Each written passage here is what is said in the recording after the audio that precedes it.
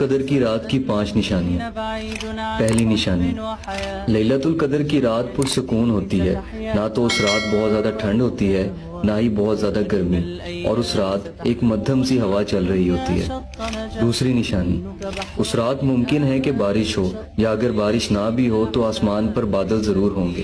تیسری نشانی، اس رات جو چاند نکلتا ہے وہ ایسا لگتا ہے جیسے پلیٹ کا آدھا کٹا ہوا ٹکڑا ہو، مطلب آدھا چاند۔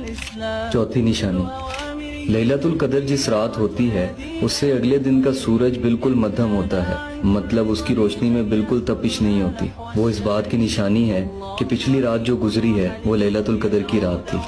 پانچویں نشانی، یہ نشانی تقریباً ہم سب جانتے ہیں کہ لیلۃ القدر کی رات رمضان کی آخری 10 تاک راتوں میں آتی ہے، مطلب 21، 23، 25، 27 اور 29۔ اس ویڈیو کو زیادہ سے زیادہ شیئر کریں یا دوستوں کو مینشن کریں، کیونکہ یہ صدقہ جاریہ ہے۔